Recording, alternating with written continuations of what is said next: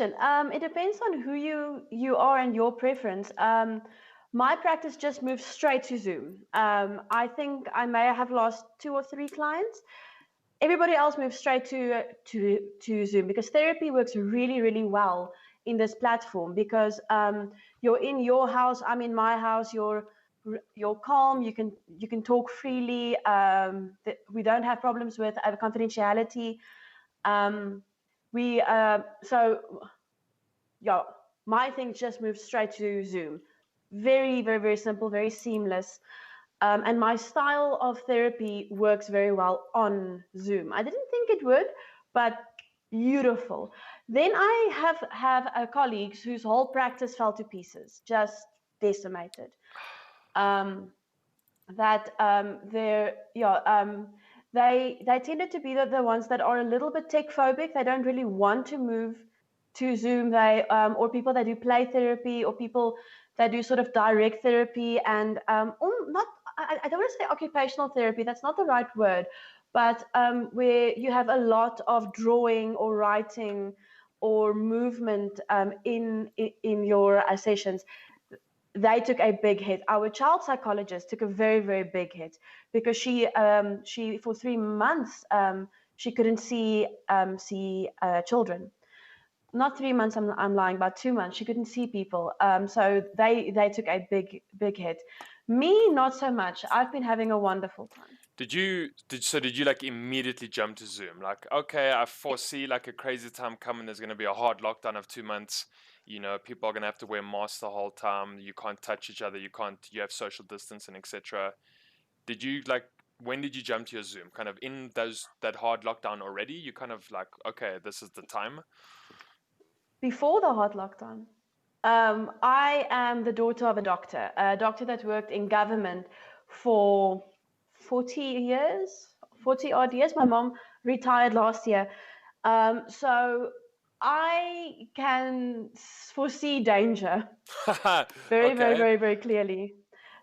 Each flu season, I'm the weirdo that shows up with a mask. When I mark tests for my students, I give class at the U of I'm a tutor there. I mark with gloves on and a mask because we get sick when we mark tests.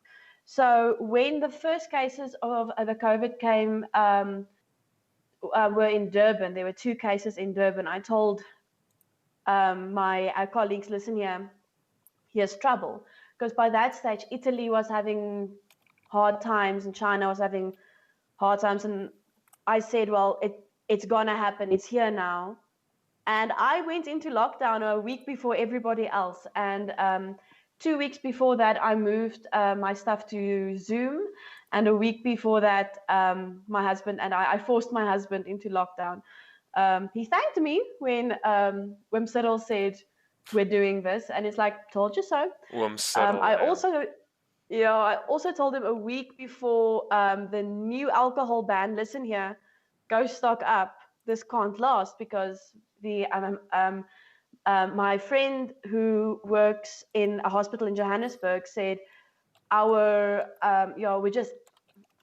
just flooded with domestic violence cases and stabbings and things, and it's all because of alcohol. And I'm like, well, we have to get rid of the alcohol, go stock up. And sure enough, a week later, now we're here. But they don't even give you like time, like not even 2 days or a week to get prepared. They stop it on Thursday, like at 5. Then Sunday evening, 8 o'clock, he comes on.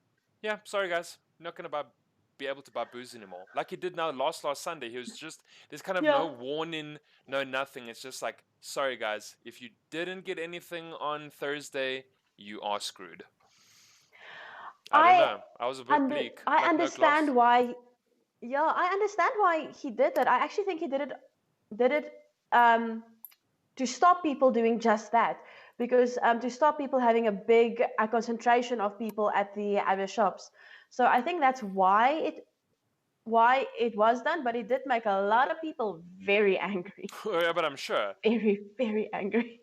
I mean, I was chatting to a friend of mine today. He's actually also a teacher down in the Eastern Cape, and he was like, "No, man, we knew, we were prepared. Like, how didn't you know? Like, the government was already forewarning us." I'm like, no, where did you hear When? this from? And it's kind of like you saying, well, my Yeah, father's a doctor. I kind of always knew, shit was going to hit the yeah. fan. I'm like, no, Richard, no one told Nobody us. told us. Yeah, It was a lie. we wanted to buy like our last bottle of wine, our last Brandewijn, like go get, Yeah. our last, what is it, Savannah's, Case of beer. Yeah. shame I think we know, we mutually know, Distel, reps that are now having a very shitty time at home. Mm. So No, I I don't know of any warning because I didn't notice any long queues in front of Tops. So, precisely. yeah. And Checkers Liquors, there would have been massive queues of people just waiting to a panic buy, like with the toilet paper at the very start, where everybody bought toilet paper. They did. I don't know. What did you think of like the beginning of COVID though? Because like people did panic, and Yeah. like the thing is, they went. See, the thing is, what I had an issue with was people not panic buying and the people that were. Because if you didn't go panic buy, when you went to the shops, you might not have anything. And the thing is, the problem I had was panic buyers were messing it up for everyone else who was kind of not in that like dooms prepper Mm. mode. Because like if you Panic take anything is bad. yes, exactly. So like I don't know, like Yeah, panic anything is bad. I I don't understand know. why people did it, but I was also like, come on, guys, if you leave me no toilet paper, if you leave me no rusks, if you leave me like no cans of beans, I'm not the only person that didn't go rush to the shops. Another 10,000 of us also didn't, and now we might not be able to buy stuff. And then you watch the Yeah, videos that were horrific, women fighting over toilet paper. It's like clawing each yeah, other in the shops to get the last toothpaste. I mean, yeah. it I laughed at those. Those were hilarious. but it got hectic though. Don't lie, Marilet. It Like it got was. really hectic. It got wild. It got animalistic. It was really a problem. But like the toilet paper thing for me was the funniest because the story behind that, I read an article which was just so funny but bizarre. What happened was Australia burned down basically, Yeah, and definitely. then and then they didn't have trees to make paper with, to make toilet paper with. So when they Ah, went into to the lockdown, they knew there wouldn't be stock. There would be no stock, and they can't make new ones, and they can't import them. So everybody went nuts, and they panic bought bought the toilet paper. Then that makes sense. America saw this and said, "Well, Australia must know something that we don't," and then they went panic buying. And I'm like, "You guys have toilet paper. America is not on fire." But they still did it. And then everybody saw America doing it, and then everybody else did it. People here bought toilet paper. We had no shortage at any stage. And people would buy toilet paper. It's like, we don't have to. You just buy your normal 9 rolls. You're going to be fine. I want to ask the people that did buy them, do you still have the toilet paper? are they selling them for a premium price right now? Like, oh man, that was good.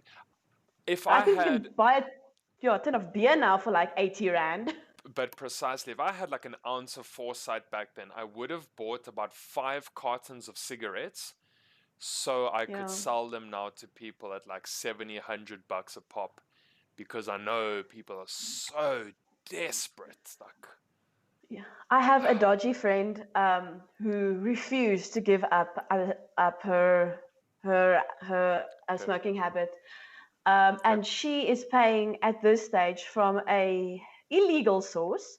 She is paying something like 200 Rand per packet of Peter Stuyvesant's, like literally 200 Rand per packet.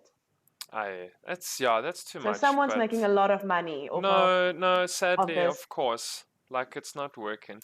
So now your Zoom calls, right? You weren't always on Zoom, I'd imagine. So you told me kind of beforehand you've got an office of psychologists and psychiatrists and counselors. You obviously Yeah. were not on Zoom always. What was the practice like generally? Kind of couples come in, is it referrals? Yeah. Are you kind of out there on all social medias? How does someone, step Yeah. into your office? I'm very easy to Google generally. I have a page on Facebook. I am very useless. I must get my own site at one stage. I've been planning it for years and I don't get that far. But I'm on Facebook and I'm on Sisa's page. I'm on Therapist Route. So I'm quite easy to Google, and then people will just like phone me, mail me, and say, well, can we have a session? And then they would come to me, and we'd sit down and we'd fill in the forms and have a session. And other than that, I get a lot of referrals from my colleagues and from psychiatrists. So you do have people saying, listen, yeah, I'm not touching this. This is sex therapy. We're not trained. We don't know. We're a little bit squeamish. You handle it. So I take those from my colleagues. Now it's interesting that you kind of say they're squeamish, or these are people that deal with kind of the mind or people's, say, emotions and problems on a daily basis. And then you kind of did say off air as well, there's very few of you. I think you had said 2 in Bloemfontein only. That is almost the greatest concentration of sex therapists in our country, which is also, I don't think people know that. So what really is making it so squeamish that other people who might deal with PTSD, to like abuse as children, to kind of getting divorced, having someone die in front of them, etc., what is bothering them about sex? It's very simple. We are 11 cultures, 11 plus in this country. Not one of them speak about sex, not openly. I am a good Free State girl, Afrikaans, born Oh, and yes. bred. Mommy is a doctor, which means that we learned about our sex from a book, because mommy was a good mommy and she gave us the book, Wat kinders wil weet, of where do I come from, or whatever, and we read the book. And sex is fascinating. Of course, we're all very fascinated, but many of us are punished for speaking about sex. Now, think about your mom. Okay, can you go to your mom right now and speak about sex? I don't think it's probably something we would chat about over dinner. Okay, and now go to your grandmother. No, probably less so. She's 95, so I Yeah. don't even think, that's a Yeah. conversation we would have together at all, to be honest. Yeah, and that grandmother raised your mother. Okay. Now Yeah. you're a male. Go and speak to your dad now on this topic. Go talk to your dad, who raised you, who loves you. Go talk to him about, on sex. Yeah, How's that gonna precisely. go? Yeah, probably also just kind of the same, just a bit of a, maybe the Yeah. conversation would be there, but it's also nothing that's been brought up. But it's just, I think in South Africa, and I'm imagining this is really a global thing as well, it's kind of just shrugged off. It's very much like, yeah, they'll get it at school, they'll get it on TV, they'll get it from their friends. So they'll get it Or they'll from, figure it out. so precisely, they'll get it from all the external sources and themselves before it happens in the home. Exactly.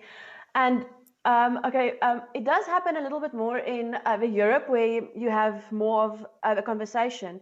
But even then, the conversation is literally on, yeah, if you think about a good talk with your mom on sex, it'll be use a condom. And if she's really good, she'll show you how to use the condom. But at this stage, everybody goes red, right? Oh, I'm sure. Nobody will show you where the clitoris is. Nobody will draw you a little picture and say, my son, it's over here, and this is how you use it. Can you imagine talking like that to your mom? Never gonna happen. Oh, no And that's my chance job. in hell. And especially maybe Yeah. mother to daughter, it seems easier, but there's no way that's going to be a mother to son conversation. And now imagine dad to son, where nobody taught dad, and you look at dad and you're like, you're the one that got my mom pregnant. So that means that this must be my mother's, shock and disgust. So Oh my even goodness. father to son, this isn't happening. Nobody is having to talk about quality. Nobody. They have the doom and gloom talk. Don't get pregnant and watch out for AIDS. That is the talk. Don't get pregnant, watch out for AIDS. By the way, this is how you get pregnant. But nobody will speak about an orgasm. I've had clients where it came as a shock, like, and what was that feeling? And I'm like, honey, that's an orgasm. They had no idea what it was. No Shame clue. he hasn't been doing it right for that long. Yeah, well, I've had that too. I've had a client that needed my help to explain to her husband that after 8 years of marriage and 2 children, that she'd been faking it for 8 years. That he hasn't been doing it right for 8 years. Yeah, that was a fun conversation. It's, I guess, so exactly like, what you said. So your colleagues aren't getting into it because it's been taboo for such a long time. Even if you're a professional, it seems taboo, or it's just not something Yeah. you're going to branch into because, like you said, we get very much the negative side of it. Wear a condom, abstain. You're going to get an STD, you're going to pick up AIDS, you're going to get, in a teenage pregnancy, you're going to get kicked out of school, etc. So like you said, very much a lot of negative connotations that come around it, but no one is exploring that it's healthy. No one's exploring that it feels good. No one is exploring the fact that people just do it for fun. Like, you don't have to have a family or, I suppose, procreate. Yeah, this is recreational stuff. What, like bowling or something? Yeah, it's Like playing snooker. and yeah, some people make it too serious, like, and this is the most important thing in your entire life, and it is so special and so precious. And then there's the people that just go, it's just something that you do. And the fact is, it's actually in between these two. It is not the most special, wonderful, emotional thing on the world. It is a mechanical process. But it is also not something that you just throw away. It is emotional and it is very special. So, but you have to be here to really enjoy it, because these two poles, there's no pleasure. There's no pleasure. It's no intimacy. So what's the middle ground for you? What do you think is like the good middle ground of, kind of what you've just said now? The middle ground is have fun, but be safe. Understand, like, people don't know how to put on a condom. They just take it and they roll it on. They don't know that you need to, like, nip the little tip to make sure that the thing doesn't burst. Nobody tells them. So be safe. Know how to put on a condom. Know how to give a good hand job. For goodness sake, practice.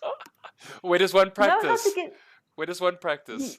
If I can ask. I mean, I'm a guy, but where does one practice? You find a friend. Exactly. It can't get you pregnant. It can't make you sick.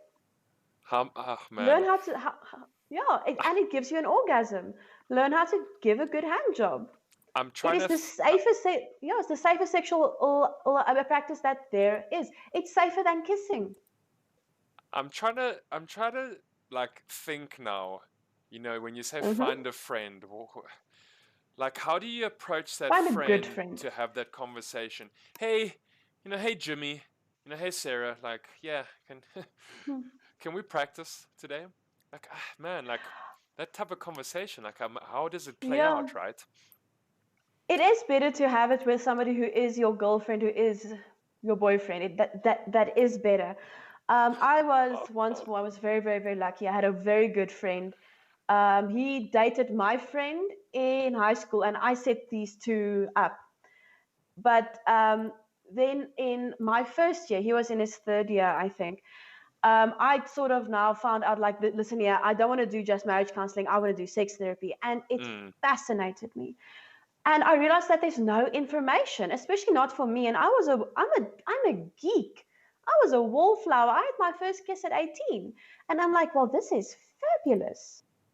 And then the sex therapy or the first kiss, both. Well, the sex therapy is even better, but the first kiss was terrible. But I could see the potential.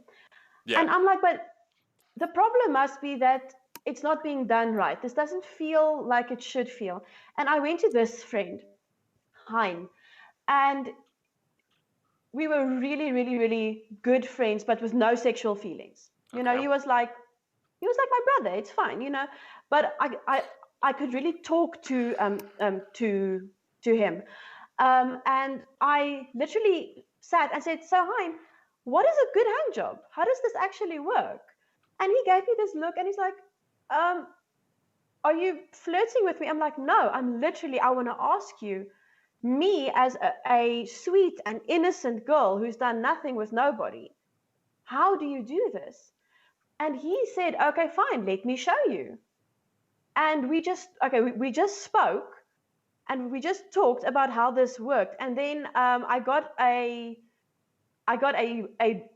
boyfriend later who I ended up marrying. So I'm one of those. I married the first guy that I ever dated. Oh, that's And fine. I'm like, okay, and I'm like, okay, well, I want to try this. And I was just 20 and he was 19. And before that, I just kissed like everybody. It was fun. And he's like, well, he's never done it. And I'm like, well, I've never done it. Do you want to try? And we literally sort of looked at this as a scientific process of what feels good, what is nice. Is this nice? Should I do it like this? Should I do it like this? And it was a real conversation. But if I hadn't spoken to Hein, I wouldn't have had a clue how or where or what to do. I wouldn't have known because my dad never told me. My mom never told me. Who else would tell me? I needed to hear from a man. Find a friend and discuss it. I almost feel like that's the last thing your father's going to be telling his daughter. Well, listen, yeah, meisiekind, this is how, this is how you give it. Nee. Oh my goodness. Never going to happen. But precisely. And you know what? I suppose like the Afrikaans culture is quite conservative, I guess. I'm not saying other cultures aren't conservative, but I feel like in the middle of the Free State, on some plaas somewhere in Bultfontein or wherever, you're not going to hear that type of conversation. You really wouldn't. No. And like you said, in schools, so taboo, what not to do, how to protect yourself, etc. And imagine a teacher saying a hand job is the safest thing. Imagine the backlash. That poor teacher, you'll get roasted. But I also, let me bring that up quickly. When you see the new government curriculum on life orientation and stuff, and they want to be like, show these positions or that type of positions, I suppose from your standpoint, you think that's wonderful. But also there must be some way to do it properly, because I feel like a lot of parents are like saying, whoa, this is getting heavy. Like grade 4 learners don't need to be getting into that maybe right now. I don't know. What's your stance? The accepted research shows that you teach a child what they ask you. Okay? Never ever lie to a child. Never. Because if you've lied once, they never trust you. Yeah, so be very honest. Oh, no, so when this child comes and they ask you, where do babies come from? They'll be around 3 or 4. They're very, very young. They're not going to understand about penises. They're not going to understand. So you tell this small child, okay, mommy and daddy share a very special hug, which is called making love. Okay, use the term making love. It's a very special hug. Yeah. Okay. The special hug. And nice. then it's tame. Yeah, it's very tame. And then a baby will then grow in mommy's uterus. Don't say tummy. She didn't eat it. All little kids then ask, so did you eat the baby? Because that's most where food goes. It's in the tummy. It's not in the tummy. It's the uterus or the womb. Use the word. Explain that there is a seed from daddy and there is an egg from mommy and it goes into the uterus. And then that little kid will go, okay, and they'll move along. That is the end of that conversation. Then later on, they'll say, but mommy, how does the seed get in there? By this time, they'll be about 7 or 8. Then you'll say, my child, you've noticed that mommy and daddy look a little bit different, right? You've seen that daddy has a little slurpee, né? It's called a penis. Don't call it a pity or a maniki or a toti or any of these words. It's a penis.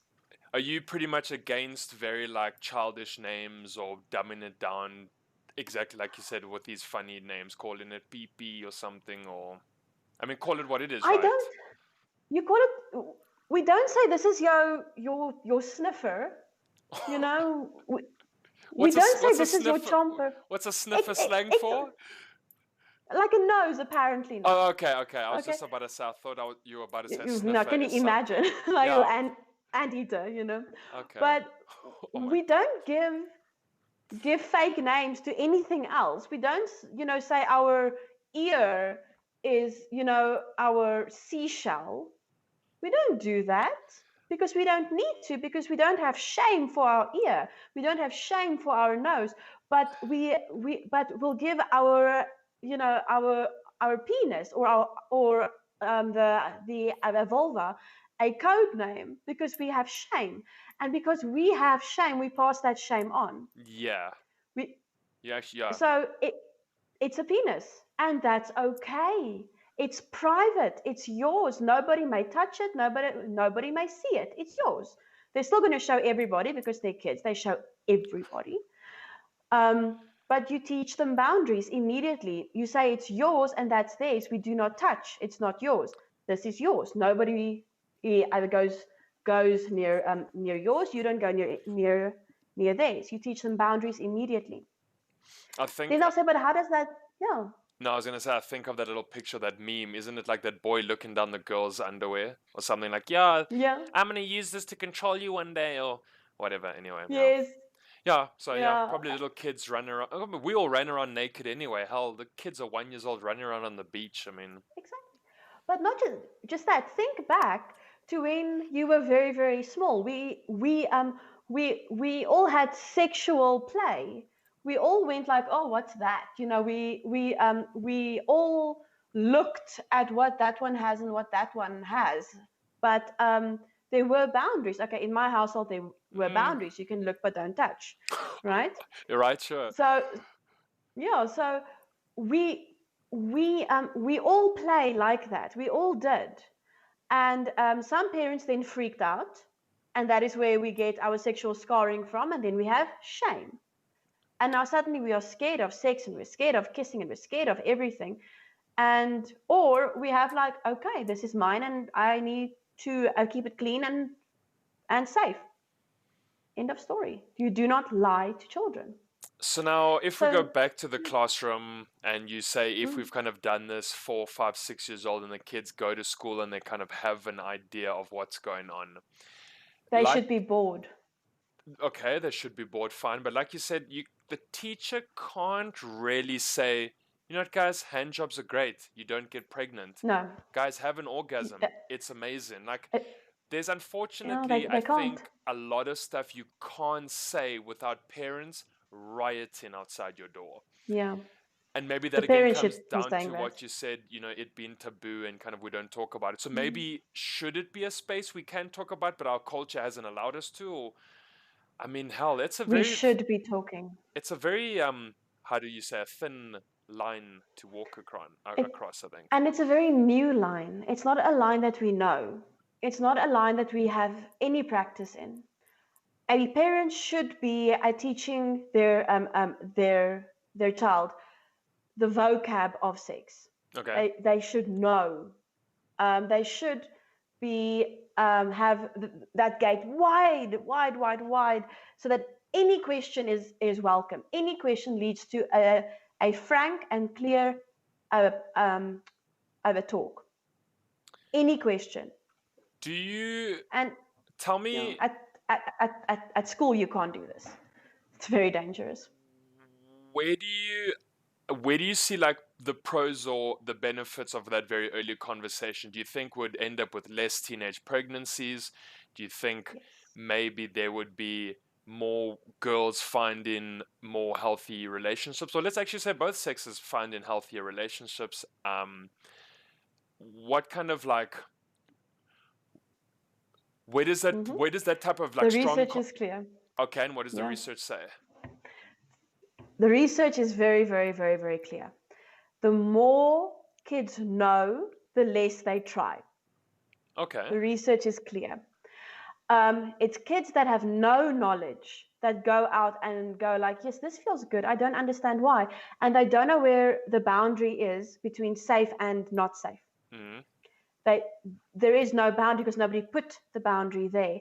And biologically, we don't have that boundary. It is a social boundary. It's a cultural one. It is Yeah. not a biological boundary. Oh, no, no chance. So, so the less you know, the more you try. The more you know, the less you try. And that has been shown over and over and over and over. You need to talk to your kids their entire life about everything, because then they'll go, I actually know what will happen if we have sex. I will get pregnant, or I will get sick, or you'll be an idiot and you won't know what to do. So I'm going to chill now and wait. It also makes a young adult more likely to be more directive in their emerging sex life. We still see sex as binary. You do it or you don't do it.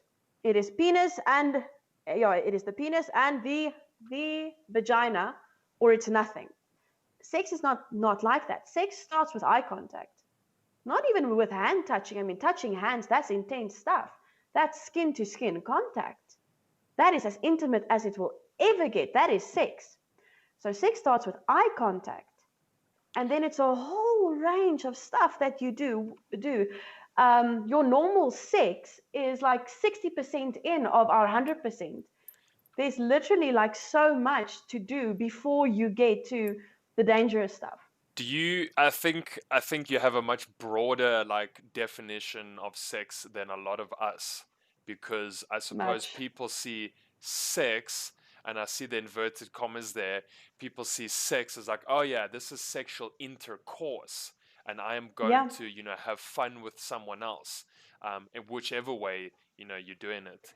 And like you said, wow, you can touch someone's hand, and that's pretty it's very intimate. Intimate. So, I mean, how broad is your definition of sex? I'd imagine like rugby pole to rugby pole, right? Basically. Okay, see it like this. We greet people, not at the moment, but normally we greet people with a handshake, right? Yeah. Now, that is hand to hand. That's like that, okay? And it's 1, 2, 3, and you let go. Now just hold that hand a little bit longer. Okay. And now it's weird. 1, 2, 3, and now it's weird. That's actually quite true. Why are you grabbing my hand so long, right? Yeah. Or just eye contact, okay? If I look at the little camera there right now, take these off, okay? And that's 1, 2, 3, and now it's weird. 3 seconds. And then it's intimate. Okay. Literally 3 seconds. So if you sustain touch for more than 3 seconds, that's where sex starts. If you sustain eye contact for more than 3 seconds, that's where sex starts. Now, who else do we ever do this with? Our parents. Because that is the first person that we love. Not sexually. Well, if you want to get Freudian here, we can get Freudian. But it's not the same. Sure. From a love, right? From a parent to child, intimacy. There's that love, of course. Yeah, and that is the only beings that we will have that with before we start to get romantic. So sex starts with the intention, with the thoughts of sex, and then that hand and that eye contact, and it gets really, really close and very intimate. Now, you've had a crush, right? Yeah, no, for sure. We've all had. Yeah. Remember when you just sort of made skin contact, you just had like a finger brush the finger? It's like very little. Yeah. Remember the fire there? Electricity? Yeah, sure. You're quite nervous, I think, as well, and You're quite nervous. Yeah. You are excited. You are aroused. That is what that is. You could be. I mean, it's probably a little awkward, since you probably don't know each other. It's And you always sit in awkward. and you're having that kind of first milkshake date at I don't know, Mug and Bean or something, and it's you. Yeah. Or not even. Maybe just sitting somewhere as well. Yeah. Or when you sit in the movie and you're just holding hands. Yeah. And then your hand sort of gets sweaty and you need to rub your hand, but you always go back to hold hands because it's intimate. I love it, man. The picture you've painted is so Yeah. perfect. It's like every movie you ever see, and the guy tries a good old classic, like, oh, I'm going to stretch and have my Yeah. arm reach That around. one, yeah. Ah, Is to man. make skin contact. Yes. It's to make body contact.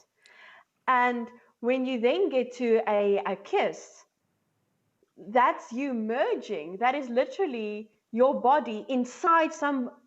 It is your tongue inside someone. It's your lips inside someone. It's where you start blending. Don't tell me that's not sex. It's absolutely sex. It's not that dangerous, and it's not going to get you pregnant, and it's probably, safe to, see in public, but honey, it's sex.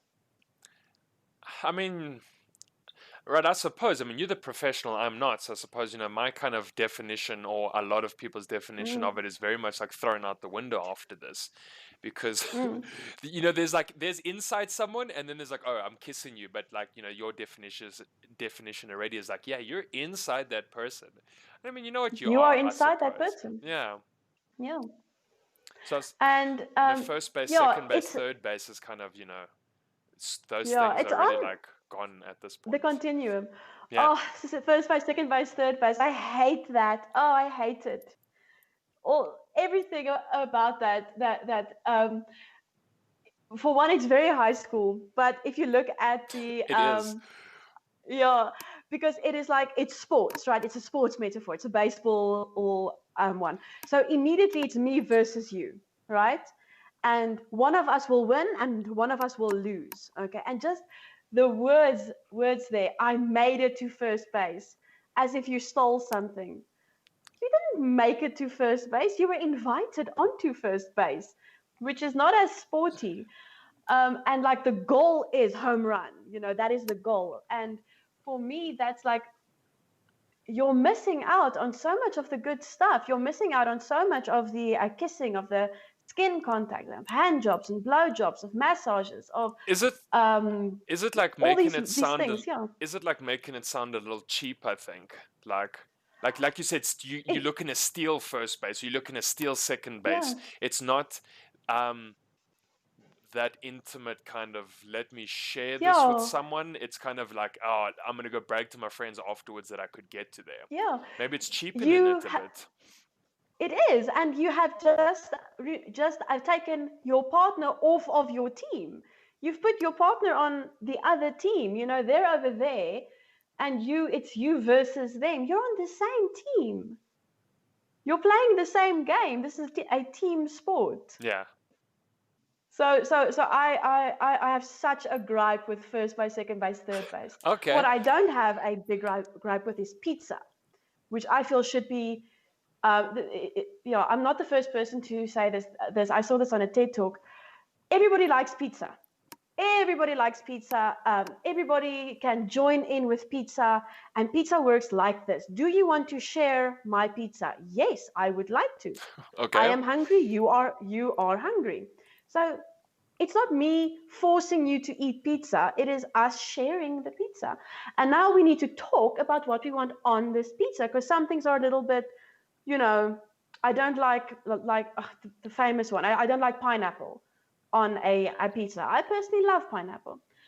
I don't want meat or I don't want garlic on. Right now, it's a negotiation of what shall we be doing with this pizza, and that talking is so beautiful, because that's where sex starts. What do you want?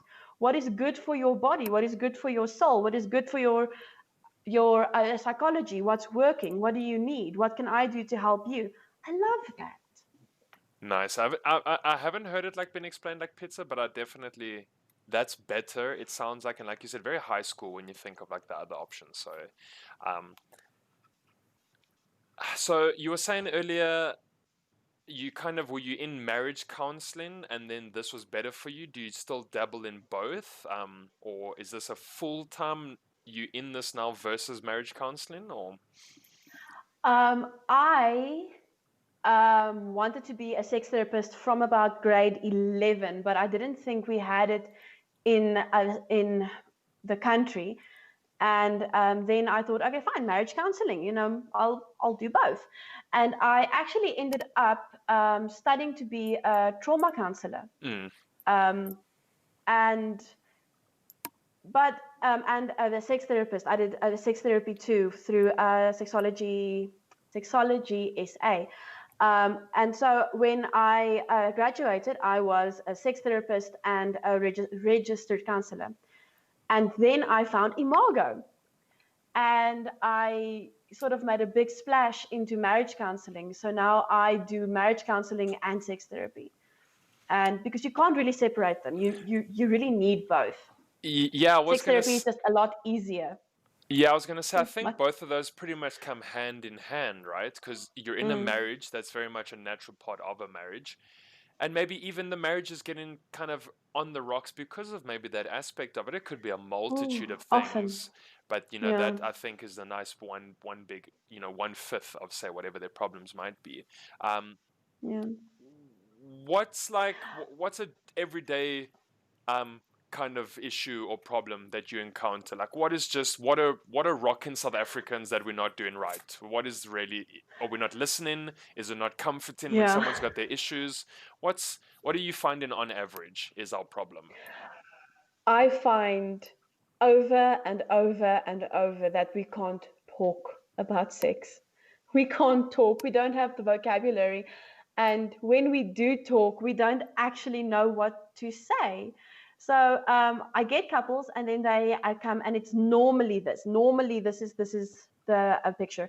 The wife says she has a low sex drive, and the husband says the wife has a low sex drive, and then they fight a lot about sex. Oh, if you want conflict, it's a fight about sex.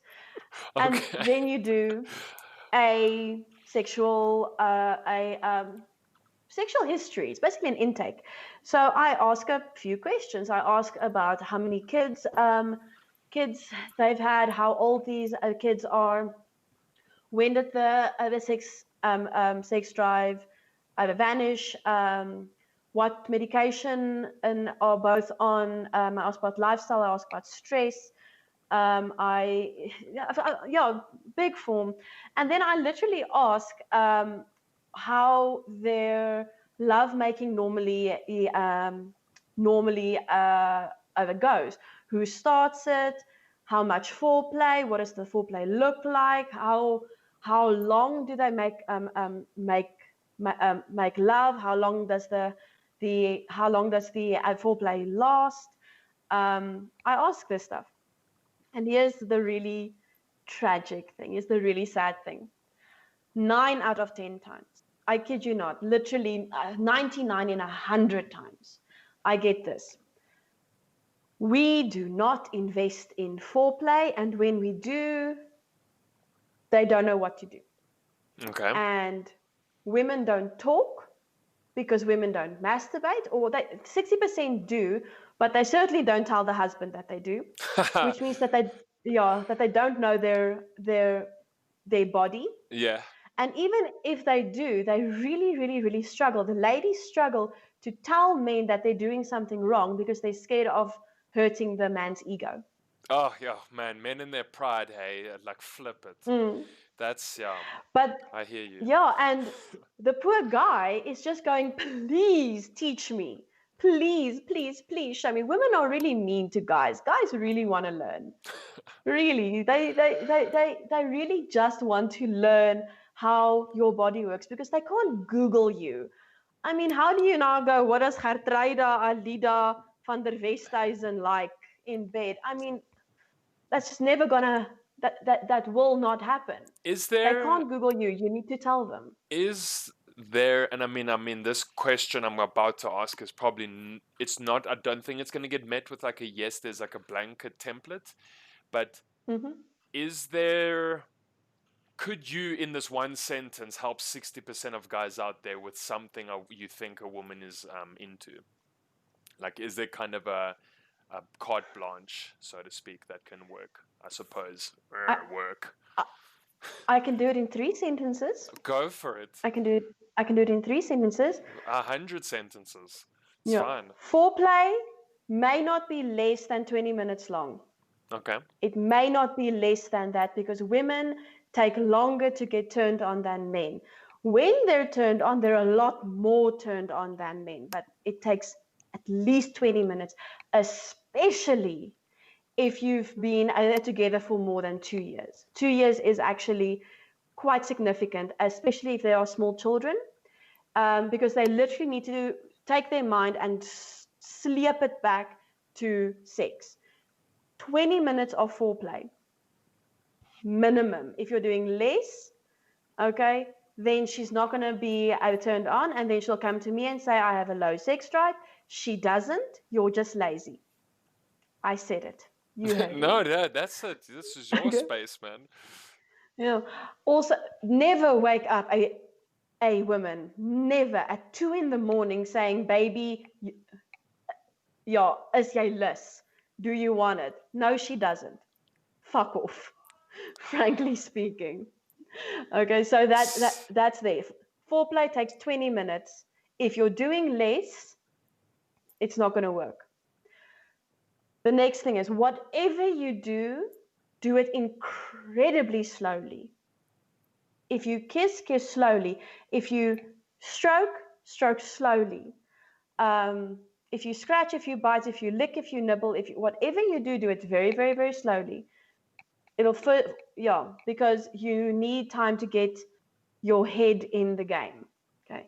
The next thing. Yours. You know what Sorry to interrupt you very quickly. Yours or hers or both? Yeah. Like who's the mental game geared towards when you say that? Both. Even if you've dated for a long time, like. Especially if you have dated for a long time. Should you be more prepared or less? I mean, what? You should be more, because then all your stupid hormones are now gone, because when you just fall in love, there it is. You become stupid. Okay, yeah. Your stupid hormones with 2 O's. Okay. Love it. Your dopamine, your serotonin, your vasopressin, your oxytocin. When you fall in love, those things are sky high, and you just feel fabulous. Yeah. And you just want to have sex all the time. This can last between 2 weeks and 2 years, right? Okay. Then those hormones go down because you cannot stay in this state. Your kidneys just can't handle it. It's just too much. So now you need to work a lot harder to get in the moment. Life is going to happen. Stress is going to happen. Men and women stress. And stress is a killer on the sex drive. So you need time to get your head in the game. You need time. You need time to kiss. You need time to touch. And you need to make time for it. If you've been dating for about 2 years, forget about spontaneous sex. I'm sorry, that ship has sailed. Now you plan the stuff. It doesn't exist, eh? Sorry, bad news. I suppose like life also just gets in the way with that type of stuff. And you mentioned stress now. I suppose stress kills libido, like for sure? For sure. Think of it like this. Libido is life force. That is what it is. That is what it means. It's a term that was coined by Freud. And what it literally is life force. It's energy, right? Yeah. So now stress puts your body in a state of this. Eyes are bigger, your heart's beating faster, you're breathing a lot more, your muscles are really tense, right? And you are focusing on survival. Sex is not survival. Sex is thriving. Sex is not just coping. And stress puts you in that mindset of I just need to cope. So to get those stress hormones down, it's the cortisol mostly, to get that down and to then get that dopamine back up and that serotonin back up, you need to take time, at least 20 minutes, and you need to plan it. Because you're not going to be in the same space at the same time. Why do I feel like sex would be good for stress, but stress is not going to... Oh, it's so good for stress. But stress is not going to lead to sex. You see that kind of catch-22 there. Yeah. So it's good for relaxing, it's good for stress, it's great for headaches, and you think, oh, lovely. But now you've got a headache and you actually don't want to do it. So, I love And how the that thing that will works. cure the headache is an orgasm. If you want to cure a tension headache, you must have an orgasm. It will cure it like this. It's so Fast, funny, fast. man. Male, female. Life, life's funny like that. Life really screws us, and kind of, no pun intended Yeah. here. You're stressed, and then Yeah. you've got a cure for it, but you're not going to do it because now you've got the diminished libido. You've talking about this tension headache. You've got it. You know how you could cure it, so you go pop a Panado instead. Yeah. And you're tired. You've got no energy. Yeah. You're lying there thinking. Oh my goodness, that's great. Oh, where have you gone? Are you still on? Oh, you froze. Did you? There we go. Can you still There hear we me? go. Because this thing is Yeah. saying. No, you go Okay. first. Yeah. Yeah. We No. cut you off there at being tired and lying, thinking, I don't know, life is miserable. I think I'm gonna assume that's what you said. I'll put it in myself. And then what was the third? What was your third kind Yeah. of helpful tip? Oh, the most important tip Okay. is, gentlemen, this one is for you, and this might be banned from, well, YouTube in general, but it's this. You know what I'm showing you here? You understand that? The clitoris is over there. Okay? It's on the outside. It's in the middle. Never, ever touch it directly. Never. It hurts. Just Fun fact. it's too sensitive and that's why it hurts, or kind of what's painful about it? It's too sensitive. Okay. The clitoris is actually 6 centimeters long to each side. All that you see is the little head. It's about that size. Tiny, tiny, like little, it looks like a little rosebud. It's beautiful. Okay, and it has a little hood on, and then when the girl gets really, really turned on, the little hood pulls back. So what you have is the exact same structure as a penis, but it's all really in a small package. And all that you see is the little head. Inside, there's 2 long legs called crura, right? And they need to fill with blood, exactly like a penis, exactly, right? When that is filled with blood, then we can actually feel something. If they are not filled with blood, we feel nothing. We just feel pressure. There's no pleasure there because there's our main pleasure center is the clitoris, which is also on the inside.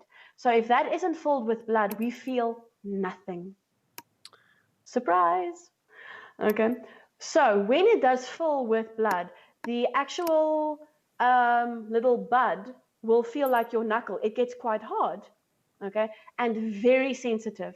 And the second you squash it, we feel pain, we get angry, and we get turned off. All that work you've done, all of it, out the window, it's gone. We are turned off. How you touch it is like this. Okay, you see it's there. You take 2 fingers, press a little bit down and a little bit, okay, a little bit in and a little bit down. You're sort of scooping, okay? Sort of scooping in like that to make a little wrinkle. Can you see there? Okay? And then always make little circles. That's how you handle it. Don't touch it. It hurts. We don't like it. Do you have above it? Like, how can we make an analogy? Is it like petting softer than a newborn puppy? I mean, kind of how should one... No. What's the analogy of treating this thing? What are we looking at? The pressure you're looking at is enough to dent skin. Okay, so it's firm pressure, but it's not hard. You don't want to be too soft. I mean, we want to feel something, golly. Okay, so I love it. Yeah, so do use some pressure, but don't hurt. And then the idea is that when you move your hand, okay, and don't go fast immediately.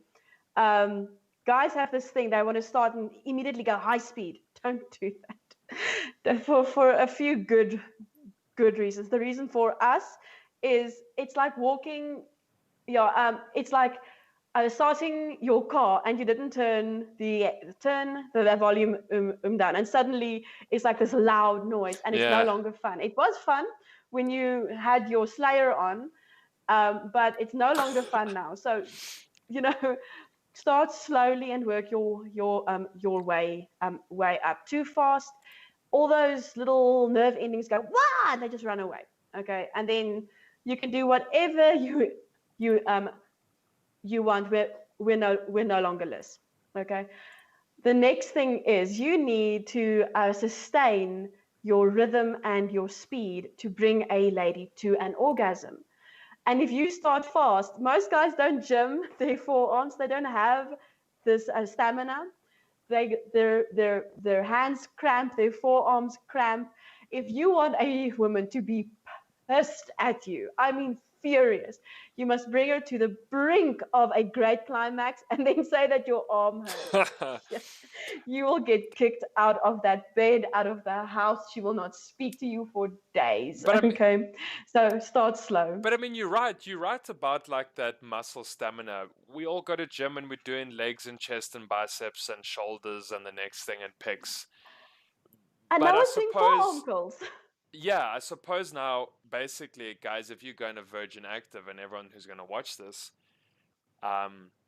do some forearm curls, do some kind of, I suppose, stamina increase in forearm stuff, because yeah, and do cardio. like just in general, just have good cardiovascular fitness. Just in general, I suppose. yeah, just for stamina, literally just for stamina. You don't need to have a heart attack like halfway through. Yeah, or get so tired that you just lose rhythm and you lose speed. I am a big fan of being very, very practical. You must be fit enough to do what you want to do. So if you want to try the whole Kama Sutra, then you need to do yoga.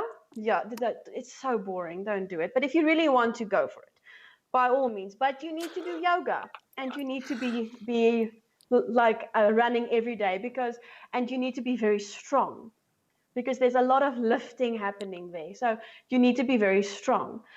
If you just want to have normal everyday fun, okay, make sure that you're reasonably flexible. You don't really have to not do yoga, but just stretch every now and then, and make sure that you have the stamina to, do what you want to do. So go jogging once or twice per week. Do the forearm curls. And my dear ladies, do your squats. Always do the squats. You'll thank me later. Trust me here. Oh, I love that. You know what? You actually, like the way you say this now, like be practical, be functional, kind of gym forward, I suppose, in a sense. Now I almost feel like I forgot what I wanted to say. Yes, you'll get so tired, or like you said, do your squats and then you can do 3 or 4, and then you might have to change it up, because I suppose now you're saying someone's getting fatigued.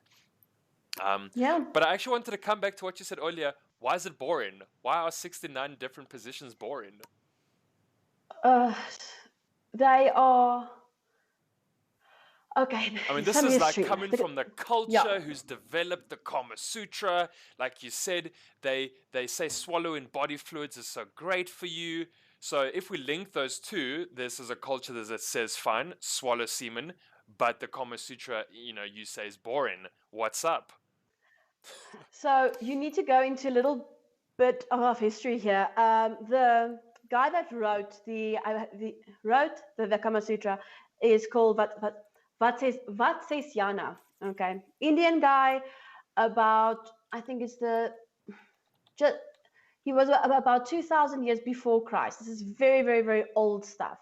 And he wrote it down as a guide for young men who got married very young to very young brides, because a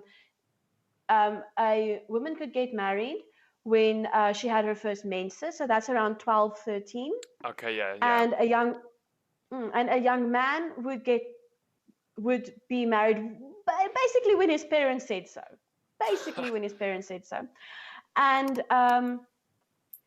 women could actually take a lover if their husband wasn't satisfying them. So it became very practical for men to be good in bed, to be good lovers. Okay. And the yeah, and so that you can keep your wife now happy and satisfied, so that you know that when she gets pregnant, it's with your child and it's not with some lover, right? So she couldn't take a lover as a romantic partner. She had to just take him as a sexual one. There was a whole thing, and then she had to pick him from the right caste, and Yeah, right. Yeah, they had a very big class system. I think they even still do have quite a huge big class class system. system. Yeah. Yeah. Also, it she would tell people, listen here, he's not good in bed. So I need somebody, because it was kind of official. It was like, well, my lover is here now, so just give us some like space, sort of thing. So this Awkward. guy wrote this, yeah, to help young men keep their wives happy, and especially to help with the first night. Um, it's actually so beautiful. One thing that I will say that you must read is in the Kama Sutra. They do speak about how to prepare the bedroom Okay. for making love, and how to sort of help a young woman, a virgin, to be comfortable to make love. And there's a whole lot about biting, and there's a whole lot about stroking and massage, and there's half the book is foreplay. So that he got right. Yeah. That you spend 3 days on just foreplay, on Not 20 on minutes anymore. on Three on days, hey. not 20 minutes, it was 3 days. Fuck it. And if you get into the tantra, you go into indefinite months of foreplay. Jeez. Okay. Months. Yeah, if you want to, yeah, tantra is something, woo, it's fun. Okay, but it's a lot of effort. Oh my word. You need to be really dedicated. But so, and then the other positions were to match the size of the lingam, the penis, to the size of the yoni, which was now the vulva. Yeah. And you had horse, and you elephant, horse, and rabbit for each. And the positions are to match up these sizes to help make a small penis feel bigger, or to make a small yoni larger.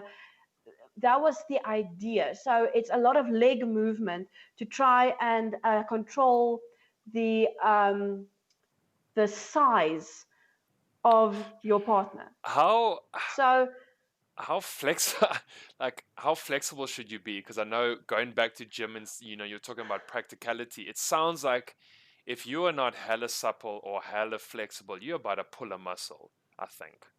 you can. I've had some funny stories of people. I had a client that fell off the bed and chipped her tooth. That was Chipped a hilarious. tooth. It was chipped, yeah. They were a little bit rough, and she literally fell off the bed and chipped the tooth. Like hit Yeah, the I floor, hit the shame. tiles, because I'm wondering how do you chip Hit, a tooth? hit the bed cassie. Oh yeah, bedside table? Yes. English just left me now. No, it's fine. So yeah, Bedside yeah, table. I've Oh had a Lord. few funny stories, but mostly you will get stiff muscles. You'll get a stiff back.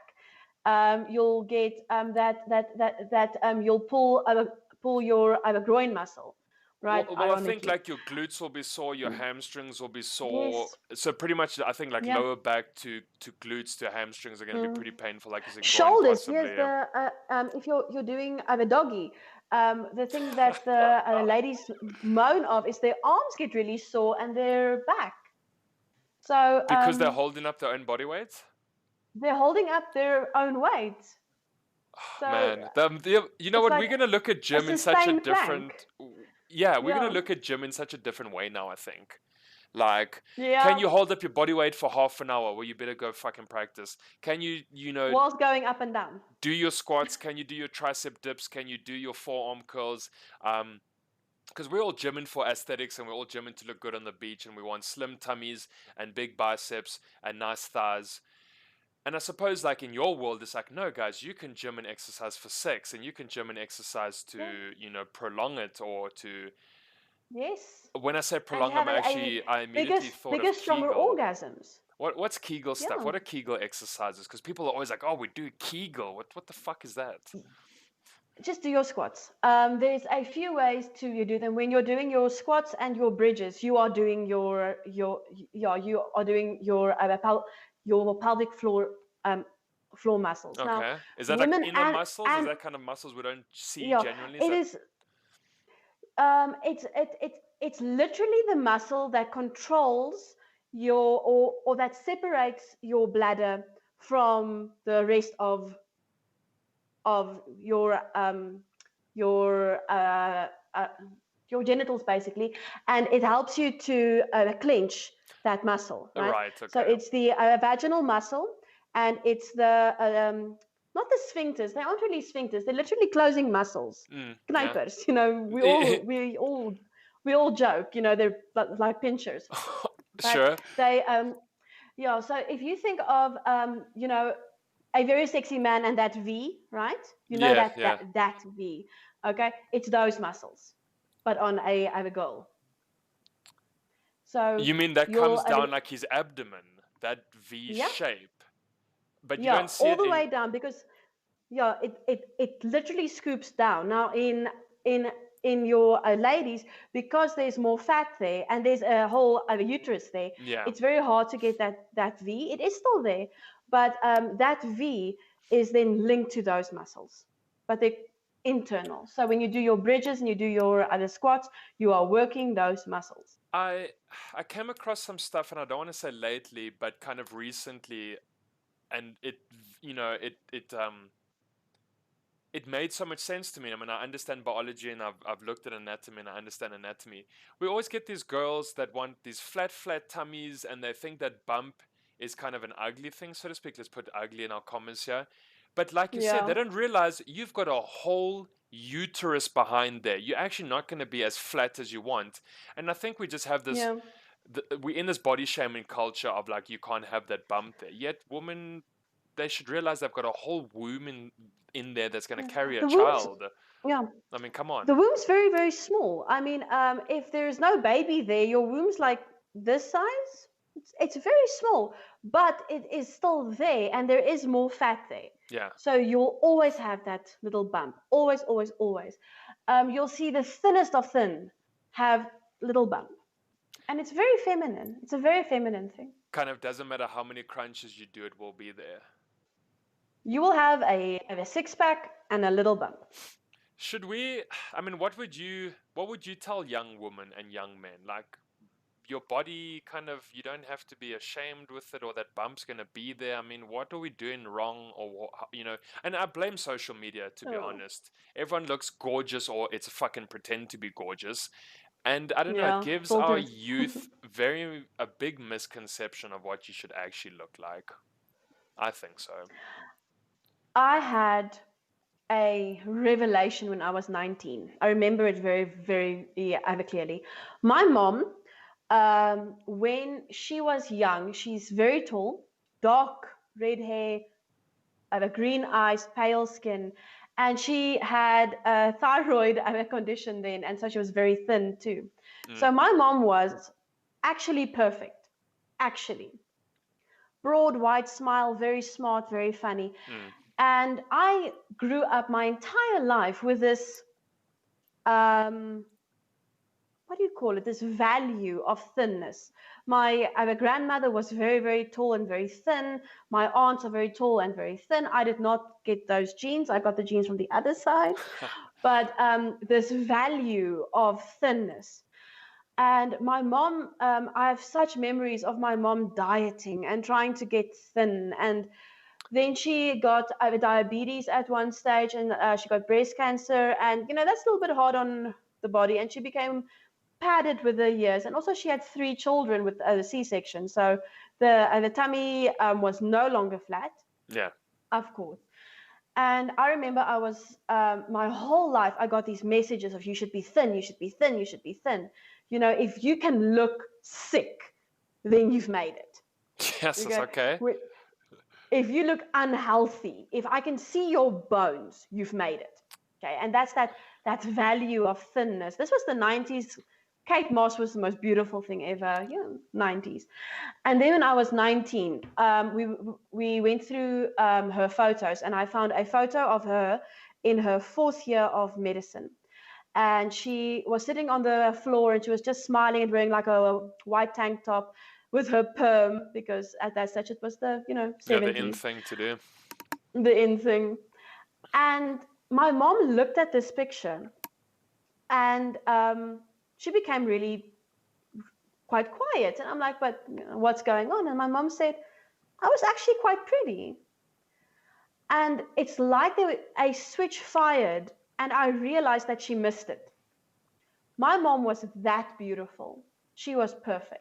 She was tall, she was thin, green eyes, red hair, pale skin. She was perfect in every way, and she missed it because she was too busy trying to be more perfect, more thin, more sick, basically. And in that moment, I went to the mirror and I stared at my face, and I realized that I'd been trained to look at what's wrong, to look at what was imperfect. And I looked in my mirror, and I stared and I stared and I stared, and I'm like, okay, I have great skin, okay? I have a fabulous nose. I'm doing well, okay? Yeah. I have lovely hair. And I literally went and I listed everything about me that I liked. And I was 19, and it was the first time that I'd ever done it, that I'd ever loved my body at the age of 19. Yeah, and I think even kudos to you for that, because I think a lot of us at 19, there was no chance that was happening, right? We've got acne, crap, there's acne. We hate our hair, crap, we hate our hair. I've got curly hair, you've got straight hair, I want straight hair. Oh, the people with straight hair want curly hair. I mean, hell, this literally was discussed in my office today. The curly hair person wants the straight hair and vice versa. Oh, I really love your curls. But precisely like you said, why not say, oh, I love being tall. I've got blue eyes. Yeah. I don't have bad skin. Fine, maybe I'm a little overweight. Okay, I mean, whatever. You can fix that with some exercise, I suppose. In the wise words of Mrs. J.K. Rowling, if fat is the worst thing that you are doing well. Okay, amen. Because I've never heard that before. Yeah, if you look at your body, when are you actually going to start loving it? When do you start deserving love? And that day I realized, shit, I deserve love, and it should come from me because I'm the closest. And that day I said, I don't care if I'm a little, I'm very short. I'm 1'6" tall. I'm very short. And I'm like, I love being short. And in that moment, I realized that nobody takes time to love themselves. You don't take time to go, but this is beautiful. And it's okay to be beautiful. We're constantly saying sorry for not being beautiful, but not accepting that we are. And then you bring that into the bedroom. Oh no, switch the lights off. I'm hideous. Bitch, please. You're stunning. You're beautiful right now. You are beautiful. We're very beautiful skin. We're very self-conscious, very self-conscious of ourselves, and I suppose even when it comes down to being intimate and that type of action, then it's, I suppose, even doubled or tripled. Don't look at me in this light. Don't look at me from that angle, etc., etc. And yet we want to be touched. Yeah. We want to be touched with intimacy and focus and be in that moment with this person's naked body and naked soul right there. And you want to touch them. You want to lay your hands on their skin and you want to touch them. This is not the time to worry. No, it shouldn't be, right? Dents and rolls. No. Now is the time to enjoy being touched. So the message, I guess, is this. You are perfect right now. You don't have to change a damn thing. No. But start to notice what is good and enjoy it now. Don't wait like my mom until she's 50. Do you ever bring that out in your counseling? Like, hey, husband, look at your wife. She's exquisite. Hey, wife, look at your husband. He's handsome. Do you kind of maybe show them the things they should be looking for? Yes, but I don't have to do it that way. Okay. Husbands know they have hot wives. Wives know they have hot husbands. I've never had to struggle with that. I had a client. I remember she said she's a size 46. She's a she's a large lady, and her husband looked at her with this absolute adoration, and he said, "Baby, listen to me. You are so beautiful." And because of the type of work that I do, um, it's a dialogue, right? And the whole thing is that you don't go like, "Oh no," you say, "I hear you say." And for the first time, she had to go, "I hear you say that I'm beautiful." Okay. It was the first time that, and she just broke down in tears because for the first time it landed. This man thinks she's beautiful at a size 46. Beautiful. And he was probably even he probably had acknowledged that a few times before that, and she doesn't Hundreds. register. Like she, No. like you said, has not said those words of like, yes, okay, I actually hear that, thank you. Because he probably had said it a Mm. few times before that, and she would kind of, I suppose, shrug it off. Ah, you don't mean it. Ah, you have to say that because we're married. Ah, kind of, whatever, Yeah. 7 excuses. So what I normally need to do is say, your partner doesn't have to tell you you are beautiful. They can just keep quiet. Well, that's The true. option's there to just keep quiet. Oh yeah, for So if sure. they say it, it's something that pushes them to it, and that is an experience of your beauty. Just say thank you, darling, and let them touch it. I don't know like how you are. I think like people are very bad at taking compliments as well though. Like, ah, you're gorgeous. No, fuck bitch. Like I'm not. I'm very tall, so I'm very much opposite to you. If you say you 1'6", I'm like 197, right? I'm a giant. Yeah, my husband is 192, so it's like, hey, honey. And that comes with your own kind of insecurities as well. Ah, crap, Yeah, I'm too tall. I can't walk through this doorway. Oh crap, I can't sleep on a yeah, bed. Oh crap, I can't go shopping for shoes, jeans, or just yeah, clothing in general. So, yeah, and people yeah. are like And jealous of height for some reason. Like, oh God, I exactly, wish I was that tall. exactly. And meanwhile, there's all these girls checking you out, saying, I'll climb that man like a tree, Oh my right? goodness. Yeah, And and that's funny. and it's sexy, and Yeah, it's yeah, yeah. beautiful, and Mm, it's enjoyable. And okay, now speaking as the wife of a I'm the short wife of a tall man, mm. so we look like if, okay, it is hilarious. He holds his hand out, and I'm here, okay, and I look at this man, and it's so sexy that he's so tall. Mm. I love the, I love that I literally need to stand on tiptoe and pull him down to kiss him. I love that. Oh my goodness, I know. Like you break your back almost, and you have to break your Oh no, neck. often, yeah. Breaks his back, you break your I neck because you're I looking up at a skyscraper. I'm very, very, very strong. I can climb him. I gym because I have a tall man. I need to climb him. So And I suppose you're taking and your own yeah, advice. Like you go and do probably everything you say that. I mean, I'd assume you would go do I do everything you yoga. tell your. You see, there we go. You would be a hypocrite, I suppose, if you Yeah, tell people these things and you don't practice them yourself, right? it'll be silly to not follow good advice. There we go. Why not? Why not do something that'll make your life so much better? I hate jogging, but I jog because I need stamina. I love Fuck, I yoga. hate running. God, it's the worst I thing in the hate it. world. Jeez. But I do it. I do it because I need stamina. I'll walk my So, dog.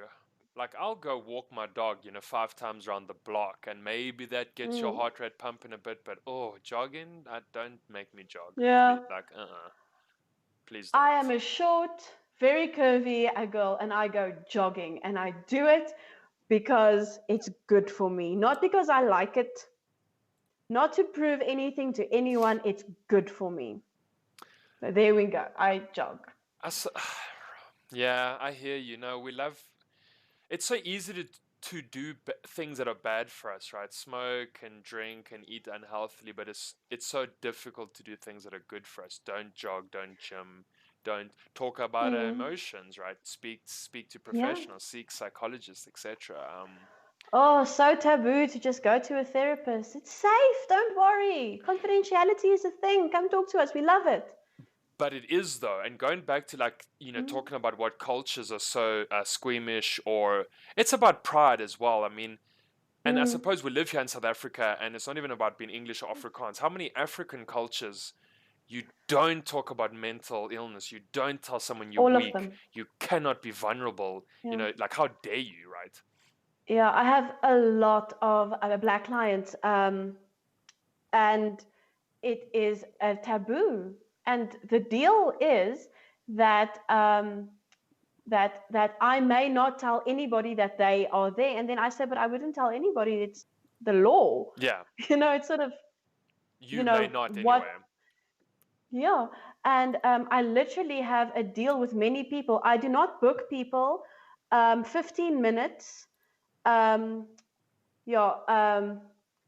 For 15 minutes so that they have time to leave and they don't need to pass somebody in the waiting room. Is that It's something you literally, just do yourself, like out of experience? Like that's like yeah. you do that I, aspras, I, right? Like that is yeah.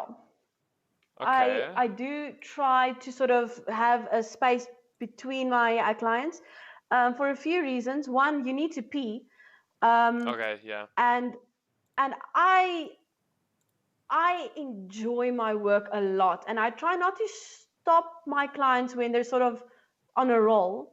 So sometimes I need 10 minutes more just to finish off. So I do give myself some cushioning. Yeah, well, you've probably got all the experience in the world. You know exactly how much kind of interval you need between people. And like you said, the guy's Yeah. got to be able to sneak out of the practice without finding, like, not having his chummy see him, I suppose. Mm, yeah. Uh, And so here the setup is really nice because we have a wall, and you go and you park on the inside, and your car's safe, all's well. With COVID now, people have to park in the road, and we walk out and we go and fetch our person so that we don't have people in the waiting room.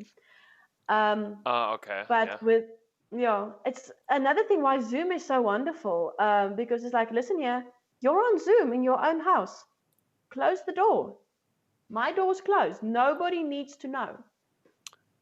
Okay, I mean, and maybe you found that Zoom has even been better for you, and your clients feel, I suppose, safer over Zoom. Like right It now, depends on this your could be our, personality. but sure, but this right now could be our Zoom session. I close the door. No one has to know really what the hell I'm doing and who I'm talking to, I suppose. And I can kind of Yeah, get out all of my issues and problems in confidence. Maybe, I don't know, have you found more success with Zoom than in practice? same, Okay. same. What's better with the Zoom is I've had clients now in lockdown time. I've had a few clients in Gauteng. I've had a few from Durban.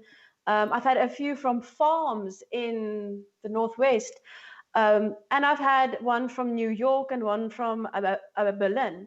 So that's really nice that people don't need to make so much effort to get to Bloemfontein No, to no, no. come and like talk. Come on Zoom, it's fine. I'm here, I'm working.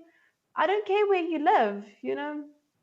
Come. That's true. I Yeah, COVID, Yeah. COVID's been great in a sense, and I mean, you got to say great, but it's opened up a lot of stuff now. More people are making content. More people are online. We're doing, like you said, now you're on Zoom. A lot of people on Zoom. You now have clients from overseas, which is great. That's pretty cool. Maybe you're gonna, really get out there. Especially, you're talking about Yeah. Imago and being kind of one of the very few. You said even the only one like Imago trained, as Yeah, well. that I know So. of in the country, yeah. So, like, come on, like, is there a book of yours I can read? Can I find your work somewhere? Like, are you prolific? What's up, man? You sound like I'm you're I'm not 1%, prolific. right? Yeah, I work a lot. I don't write. I have started, I think, 4 books. Mm. Not one of them is finished. Oh, come Not one. on. I'm an ADHD child. I start things. You know, it's, Just not a great if finisher here. not a great finisher, except if, there's a nice little, now you do this, now you do this, now you do. So books, I literally have 4 books on my laptop at the moment that haven't been, 2 haven't been finished, 2 haven't been edited. But what I am doing that's very cool is I have a couples workshop that is on Zoom that is coming up on the 22nd of August. Okay. So that's pretty cool. So I work a lot more than I write.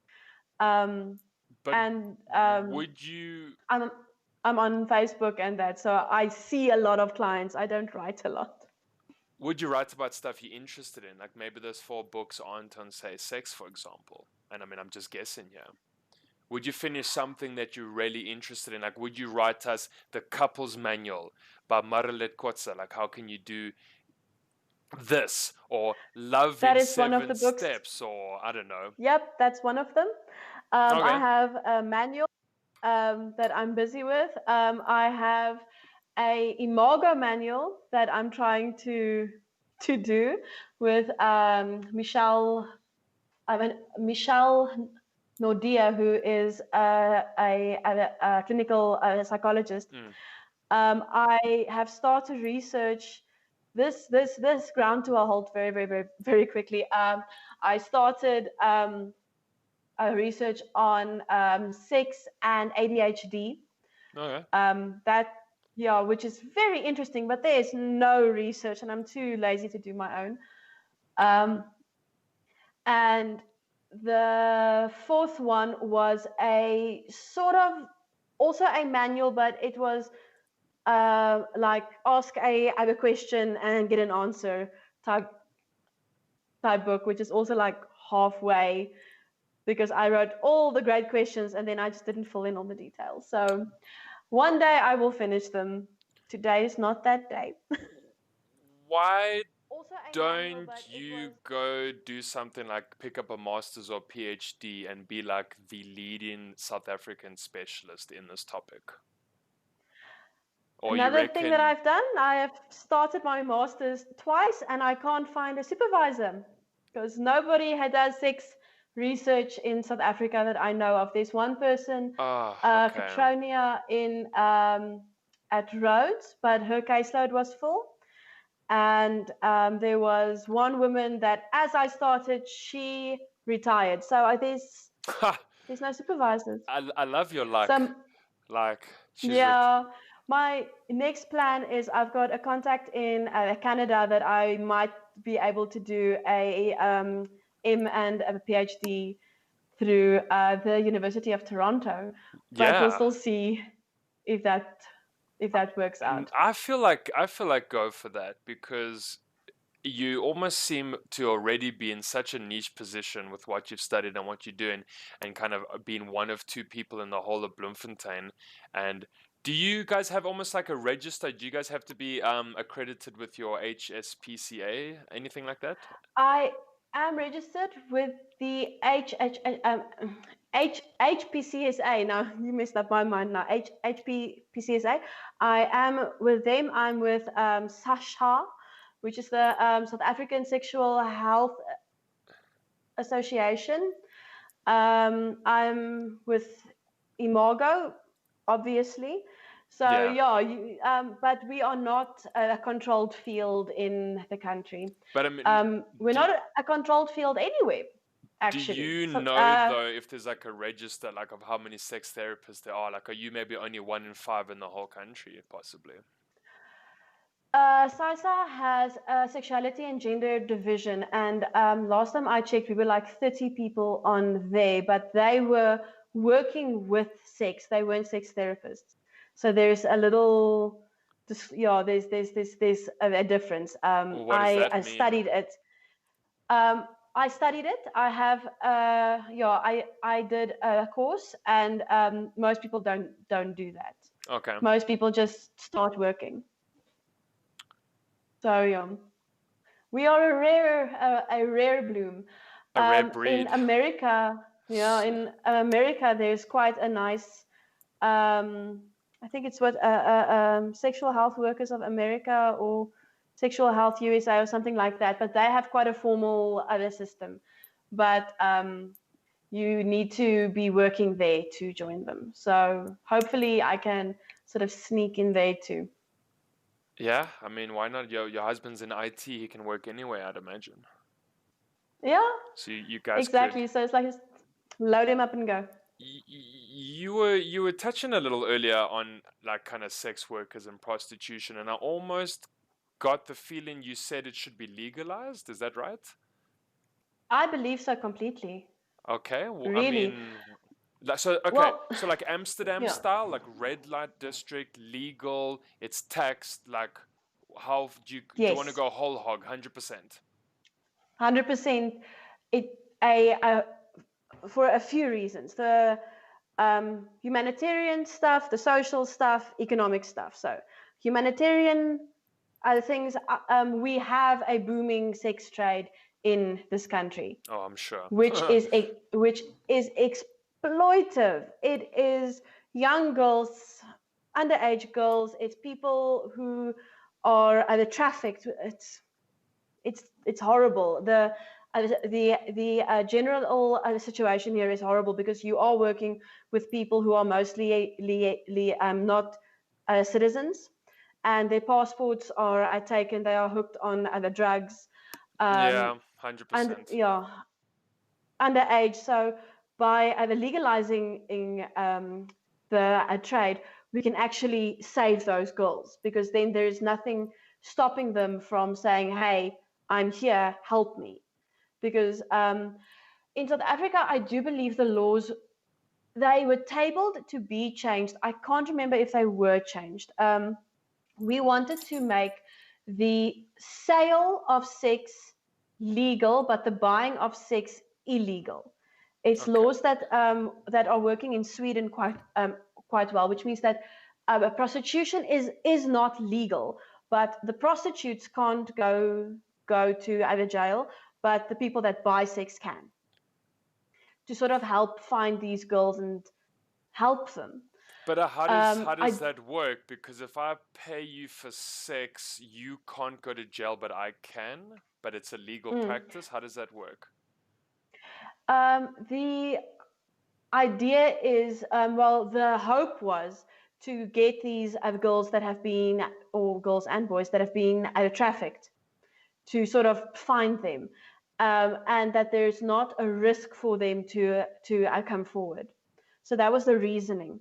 But that the Johns are being persecuted, to bring down the Okay, to make it too, yes. yeah, to make it too risky for them to buy sex, so that the trade will sort of vanish.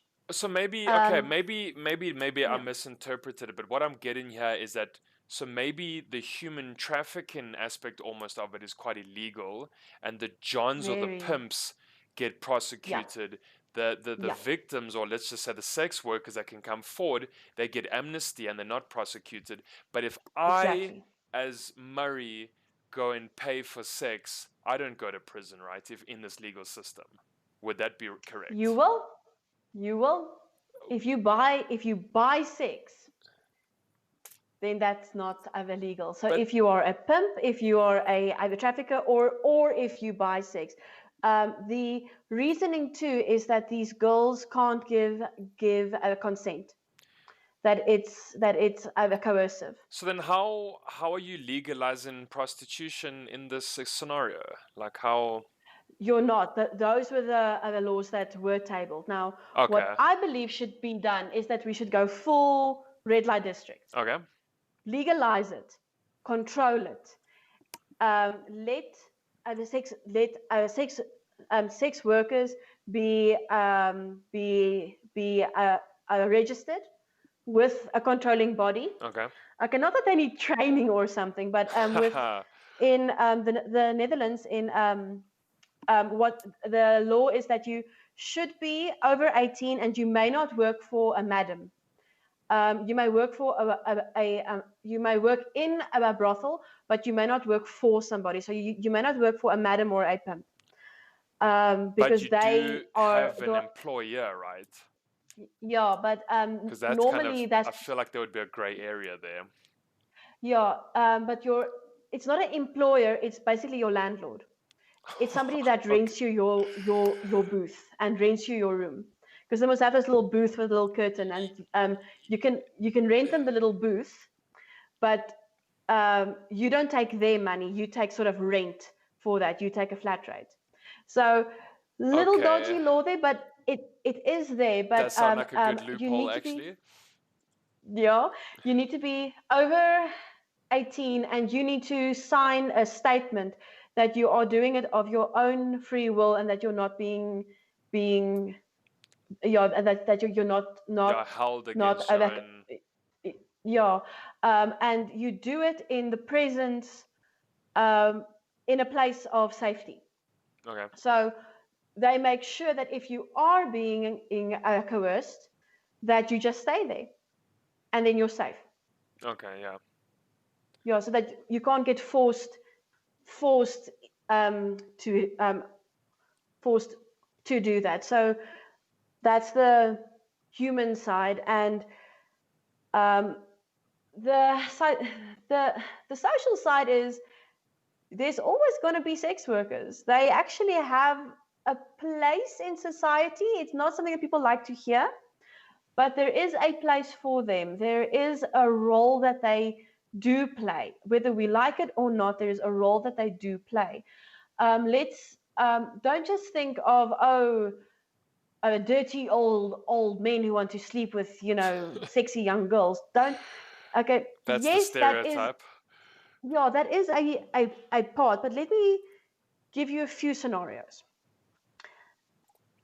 A 18-year-old boy who wants to learn how to please a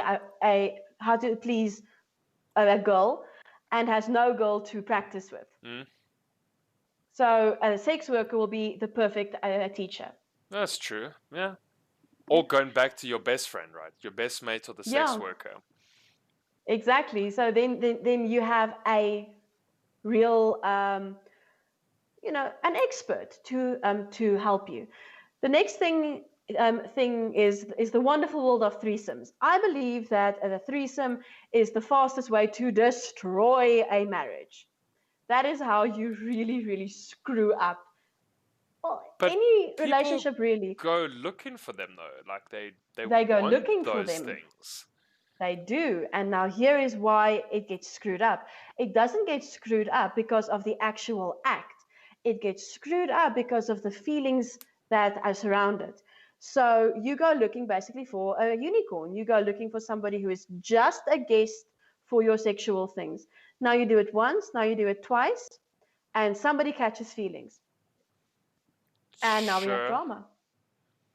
Or you swing, you swap partners with a whole couple. Yeah. And now you're done, but your partner isn't. You don't want to do this, but your partner does. Now what? Let me give you another one. Somebody in a wheelchair, and they still have needs, but where do they find a partner? It's so much harder. Yeah. Somebody who is still wrestling with their sexuality. Are they gay? Are they straight? Are they bi? Are they pan? How does this work? Is the best person to figure this out with not a sex worker? I guess it probably They, would be right. yeah. It's very like Nobody will. Yeah. yeah, it's no one would know. It's off the books, no one would No, know. There's kind of and no one gets hurt. I'd imagine they would almost have their own confidentiality you could sign almost. Like no one's ever gonna say you were there, they can't speak about it, etc. Definitely. Definitely. How do you That will be a minimum. how Yeah. do you safeguard yourself against like disease and stuff? Would it be a mandatory every 6 months to go get testing done? And if you do fall positive for something, do you fall out of sex work? I mean, how do you Yeah. how are you protecting the public from? In Amsterdam, the mandatory testing for is I think once a month or maximum once in 2 months. Okay. But once per month, you do your full other range. And if you are a positive, then you need to, then you lose you can lose your practicing license, or you must Practicing. dis, um, dis, disclose Disclose it, it, yeah. because so if you have AIDS, I don't know if you know, if you have HIV, you have a active phase and you have a dormant phase. Yeah. So you have a phase where you are contagious, and one where you're not. It has to do with your your CD4 count. So you can actually have sex with a partner who is HIV positive, but if they're but they might not be in their CD4 count might be so low that they're not contagious. So you can actually have a safer sex, I because suppose. people with AIDS still need to have sex, have a heart. If you use so if you are a positive of a sex worker, you can keep tabs on your CD4 count, and you must just tell your client.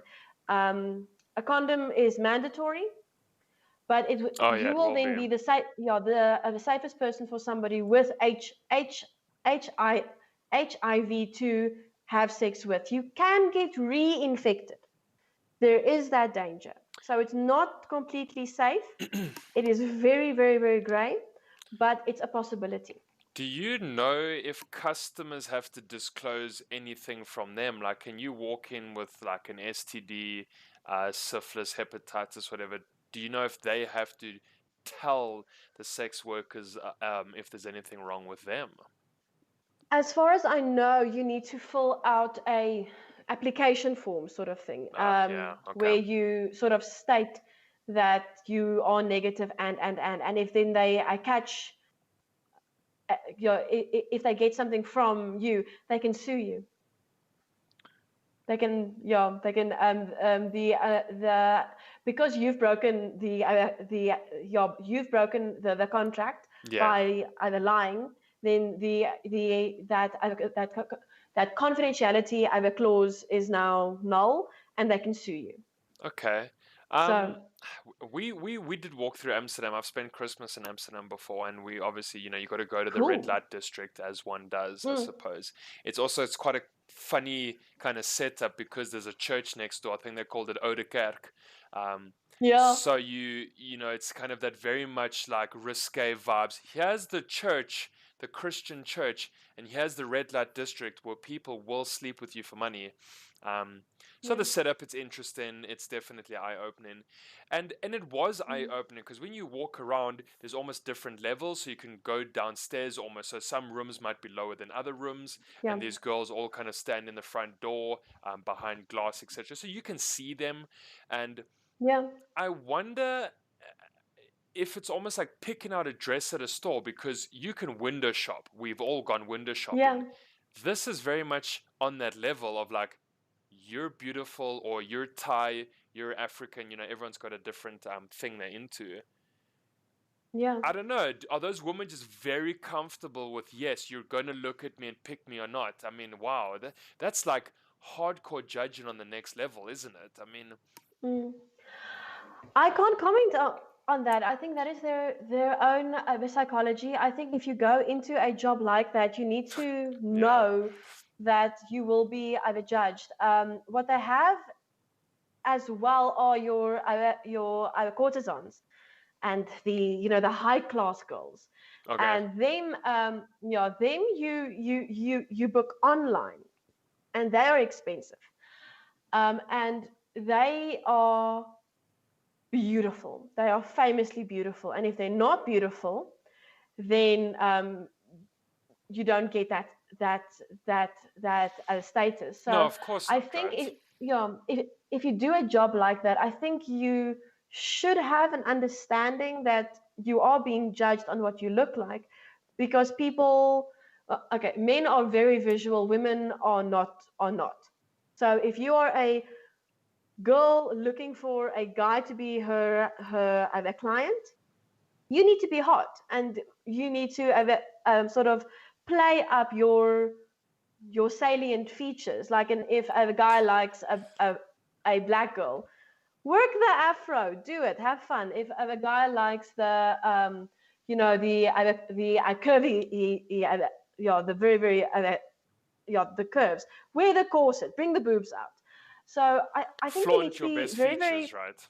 flaunt your best features. Know who your client will probably be, and you'll play to that. But I Yeah. don't know. I think that is something you that they'll know. I don't know. I'm thinking now, if I wanted to get a guy, okay, like I said, I married my first boyfriend, but if you want a certain type of girl, if you want a certain type uh, of guy, you will make yourself look like the type of girl or type of guy that person wants. That's just dating 101. That's So actually why not do extremely it? true. We Yeah, change in so why relationships, don't we? always, always? Um, it is so natural. John Gottman, who's a great psychologist, says that it's one of the main principles of making your marriage work is to let your partner subtly change you, and you're changing your partner subtly, but for the good, only for the good. It better be, of course. If it's negative or kind of brings one down, then it doesn't sound like a Yeah, healthy get out. relationship. It's pretty toxic, yeah. Yeah. Um, Yeah. my friends and I, and guys I know and guys I've studied with and in the past and come and gone in our life as people do, there's a great story, right? These guys are on gap year. So what are they? They're 19 and they're working in the UK and they're working in hostels and dealing with primary school kids and teaching them soccer and all this type of stuff. And they probably get their 2-month holiday in June or whenever it is, right? And so it's summer over there as well. So it's probably a good time. They decide we're going to fly around Europe. It's probably cheap when you actually stay in there. So they go to Amsterdam. And now all these guys they're walking down the red light district, right? Of course, like I Hmm. suppose a bunch of 19-year-old guys would do. And I Yeah. think there's about 4 of them, and they're kind of strolling down the street and they're having a good time. And the first guy on, I suppose, let's say on the right hand side, if all the windows and girls are on the right hand side as well, she's gorgeous. You can see her from the back. She's stunning. These guys are like, wow. He nudges the guy to the left of him, like, hey, take a look here, Jacob. You know, this girl is out of this world, 11 out of 10. And he nudges the third guy, take a look here. She is stunning. And then nudge the fourth guy on the further side and please take a look. She's stunning. Like, this girl is incredible. Guess what happens? She turns around and she's got a massive penis. I was waiting for that. I was waiting for that. Yeah, it happens, and it's a certain type of client that you are looking for. So you Yes. better show that massive penis. Everybody needs to see that. I'm a hot girl with a big dick. Okay, this is the client I am looking for. But it very much like drives home that saying that, like, different strokes for different folks, eh? Yeah, Like, you'd be amazed. yes, I think you truly would Yeah. be. So many people ask me, what's the best position? It's such a common thing, and I think it's the stupidest question, because I don't know. You tell me. I'm not you. How should I know what you like? Yeah, no, exactly. And it's that simple. It's like, who are you? What do you want? And it is so varied.